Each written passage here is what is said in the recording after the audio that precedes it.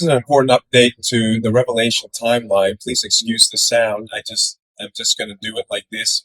Michael Yon has some information that is really confirming what the Lord has been giving me about how to prepare in the Revelation timeline. And the four horses, if you don't understand it, please just go through my videos or go get the DVDs at discoverchurch.online or at discover.org.au and update yourself. But anyway, we've got to keep moving and building on it. Who's Michael Yon? He's a former Green Beret. He's a war correspondent. He was in Iraq. He reported on stuff and in different theaters of war that clearly showed the narrative that we were told by mainstream media was incorrect, inaccurate. He's traveled to over 100 countries, written different books. He's in Florida. And he's been recently going down to the Darien Gap. For those who don't know, there's a highway that goes from Alaska to Panama continuously, one road, Highway 1. But then there's a gap of around 60 miles from Panama to Colombia, and then the road picks up again from Colombia, goes down to Argentina. So this is the caravan route. This is where the weaponized immigration is happening. And he's down there, and he can see, hey, the Chinese are down there. The Taliban's down there, Hezbollah's down there, coming from Venezuela. Clearly, it's a weaponized immigration to change the election, to change the demographics of the nation. But it's also concerning, as I saw when I was in El Salvador and Honduras. I've gone to 50 countries. So when you go to enough countries, you get a perspective that even if you're a well-versed Bible teacher, you're just not going to get it. You're going to have such an American-centric worldview if you just live in America and focus on America. People like him, he's gone to double the countries I've gone to. He speaks stuff that I'm saying and that I'm seeing because we can see it coming. China's paid for this $30 million library, and all it is it's a propaganda brainwashing agency where you go in, let's say, kids go to libraries these days. You think they go to read, like back in my day, we go to search for books. Well, they wouldn't need to do that anymore. So they go in there to go play games. So in order to get credit to play games, what they have to do is they have to read books. What kind of books would they have to read? Well, they have to read books that the Chinese Communist Party approve of. So they're getting indoctrinated, and China's slowly taking over the world, winning territory, winning hearts and minds, building bridges, building roads, putting stations for their own Chinese illegal immigrants to come into the States so that if they lose their papers, don't have money, they're supplying all this. That's what Michael Yon is seeing and claiming. Now, what's important to us about Revelation is what he's projecting, and he's projected a few different things that have been accurate, right?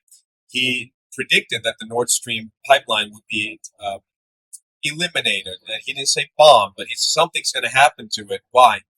Because he could see that the end game for evil people, and this is one of the most evil things that you can do to humanity, is to engineer a famine, right? Mao Zedong did it in China. They do it.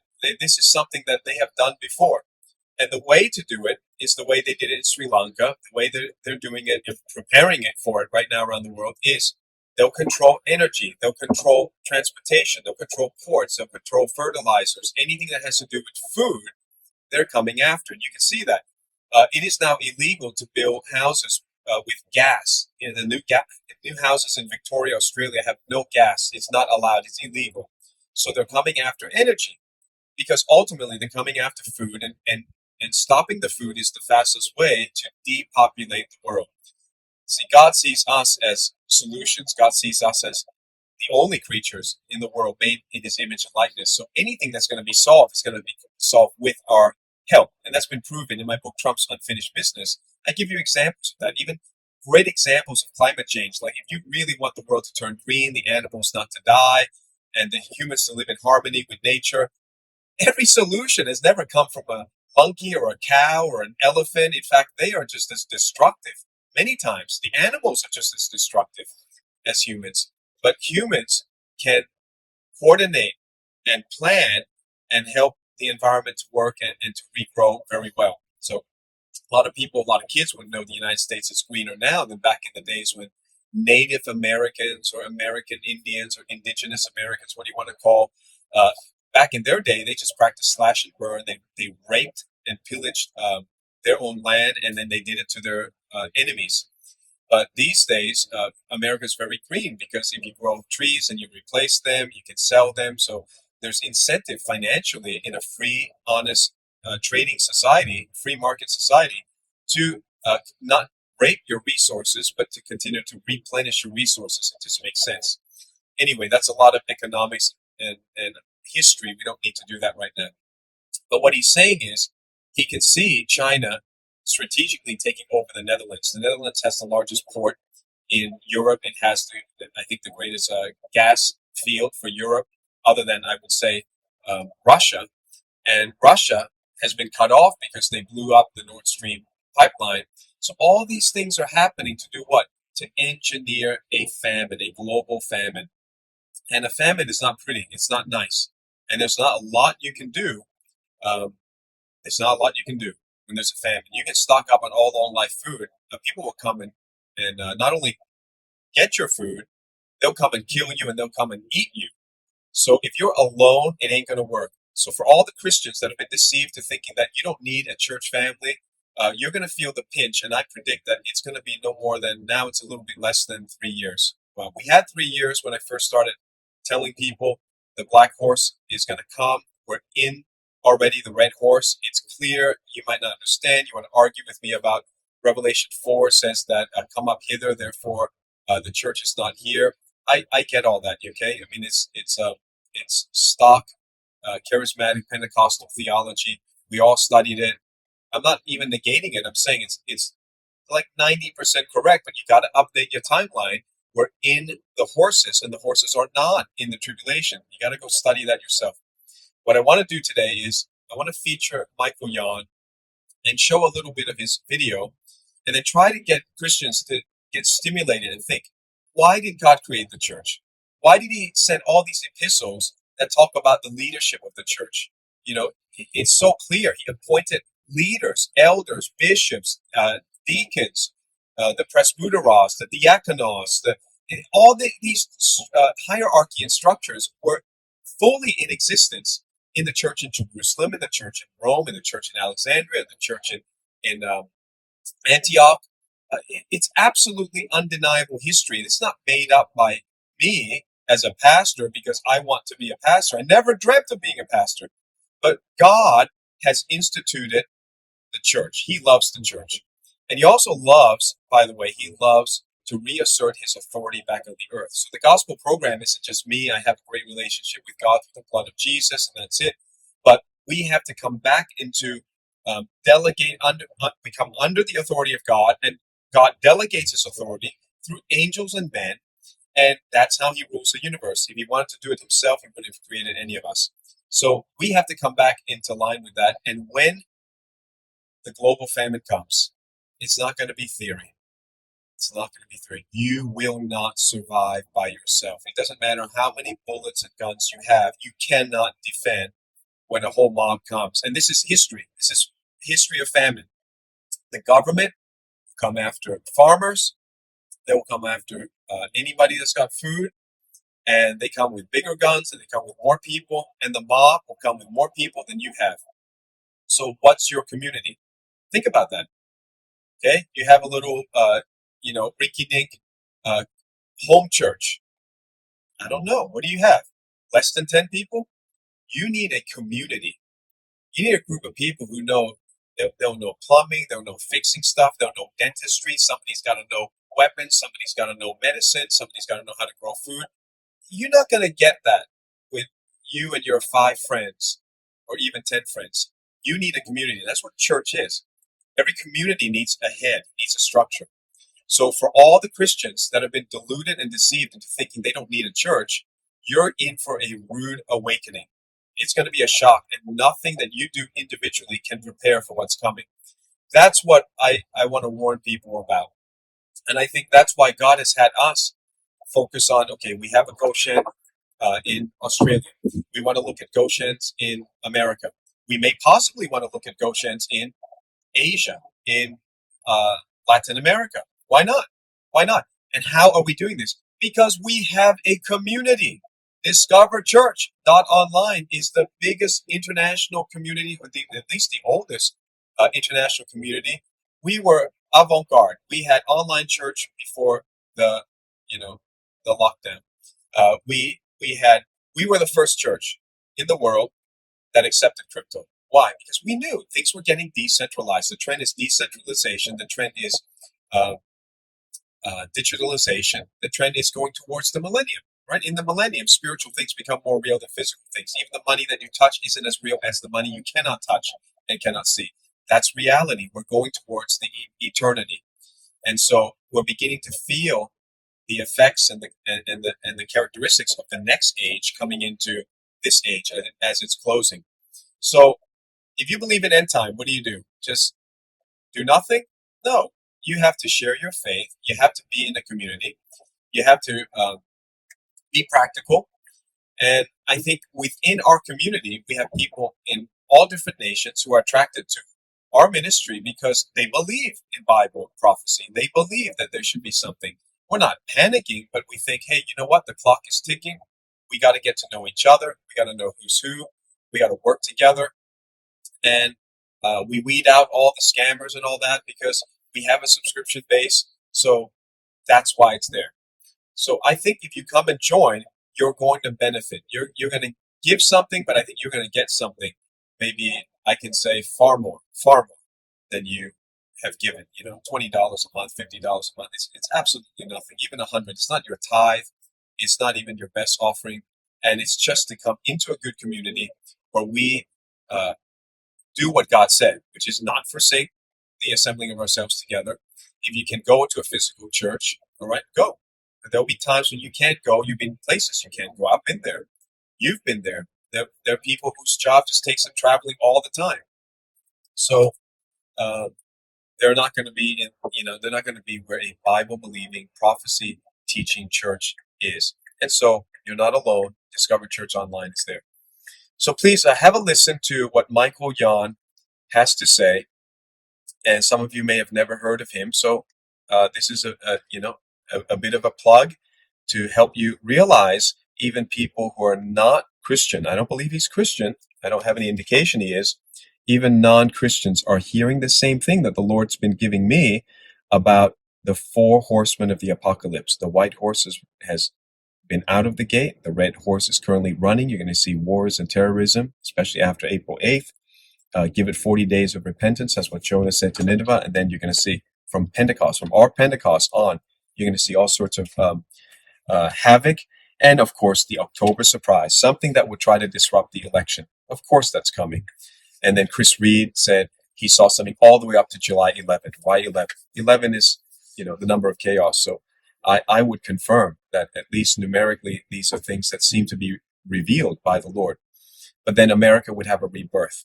That's really important. That means that those who are ready and those who are thinking about, well, how would we set up a more Christian, a more biblical culture and society and government, we may have the chance, we may have the opportunity to be called upon and say, hey, this is what God would advise. This is what the Bible would say.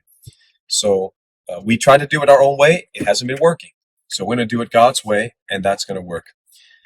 Anyway, God has been warning us. The black horse is coming. That's famine. That's a spike in inflation, oil prices. All of that's coming.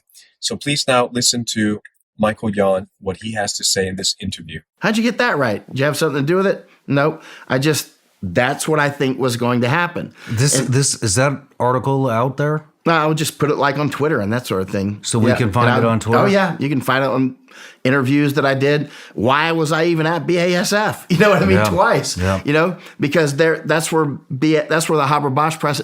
Okay, so now last March I was in Netherlands again. They had elections, and then I went to Groningen gas fields. That's the biggest gas field in Europe, is in Netherlands. And I was publishing last March, April, and so I think they're going to close Groningen gas field. And people are like, you're crazy. They're not going to close that. They closed it. It's now closed. Why did I get it right? Not by going through every little fact and trying to figure out if he's right, she's right. Skip past all that nonsense. You'll get confused. It's confusing. What does the paradigm predict? That they're trying to put us into famine. If I'm trying to put us into famine, I'm going to start turning off all those natural gas switches. I'm going to reduce the nitrogenous fertilizers. Now, going into famine, there's many things that can cause famine, that can lead to famine. There's different types of famine. For instance, you don't really, interestingly, I found in a 1911 Encyclopedia Britannica, people can find this. It's a 1910, 1911, I think, is that edition. I found it in a friend's home in Texas. And I went right to F for famine. I wanted to see what they were saying about it. This is before Haber-Bosch process was we're talking 1911. Remember, 1914 is when that actually started.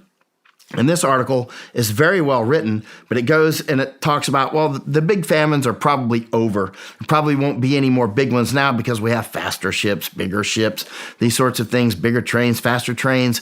But what they were wrong about was how evil man can be. Because the biggest famines have been man-made, like by Stalin and the Holodomor, like by Mao, by so many of these famines.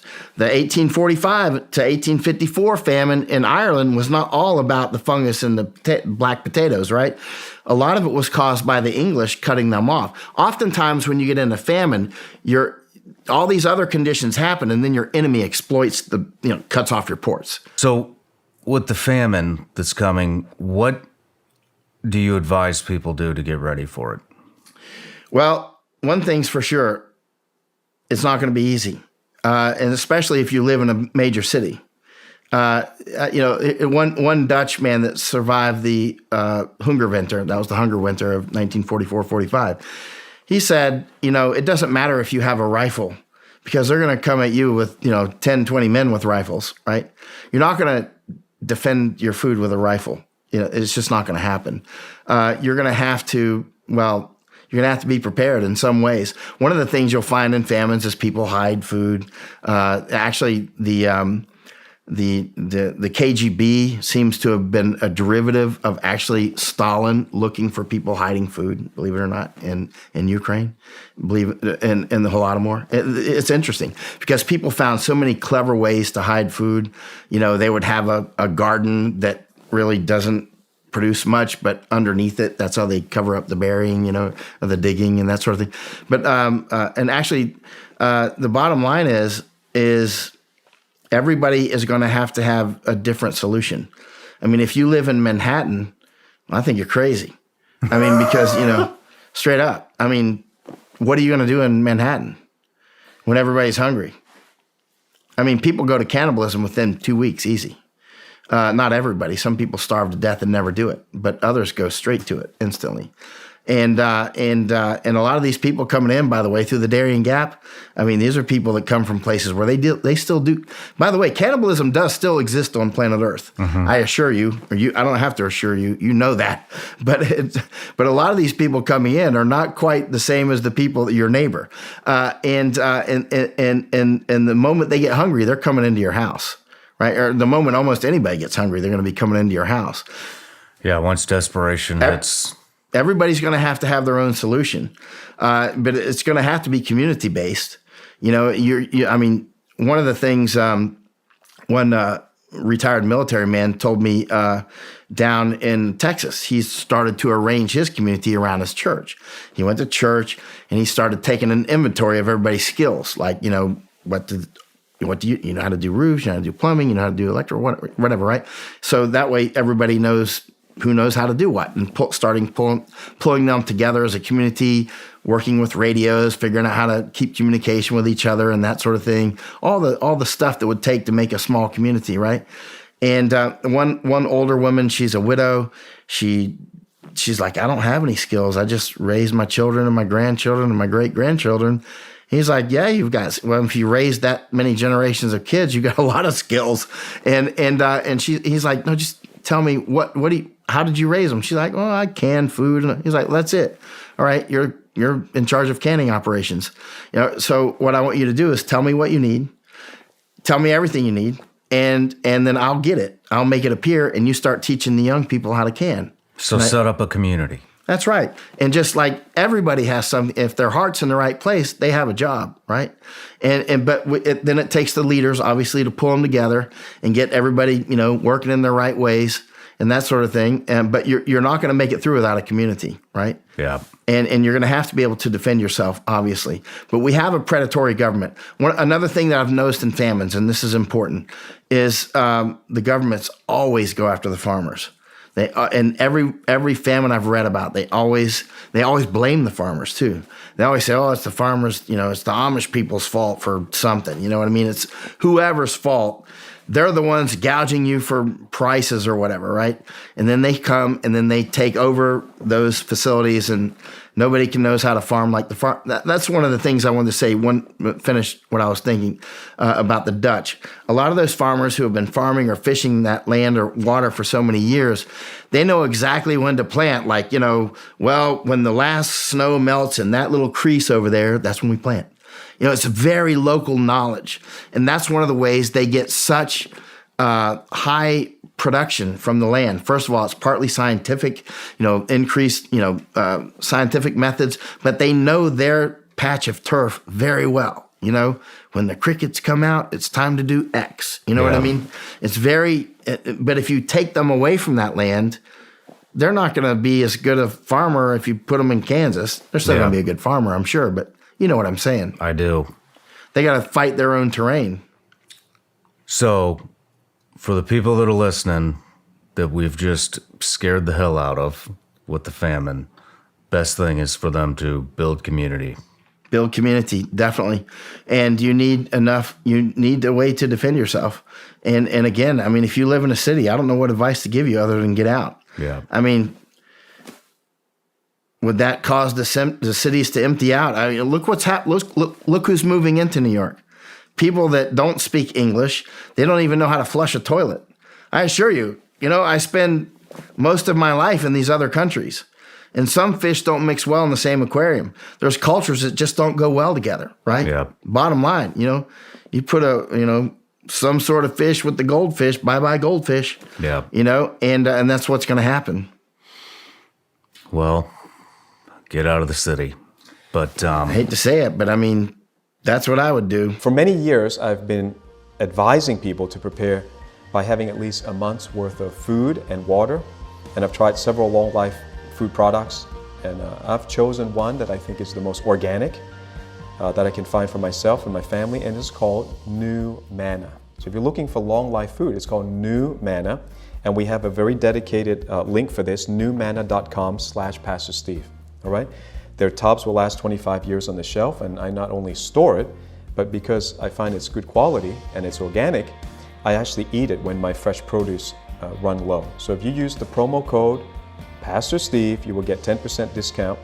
New Manna is owned and operated by Christians who support this ministry and other ministries when you purchase it. So that's why I'm willing to let you know that's what I use, right? newmanna.com/Pastor Steve. I hope that will help you to prepare at least for a month, at least. At least have something. If the internet goes down, the grid goes down, something unexpected happens, at least a month. That will keep you going. Then you can decide what to do. You're going to bunker down, then you need more. You're going to move, then you got some supply.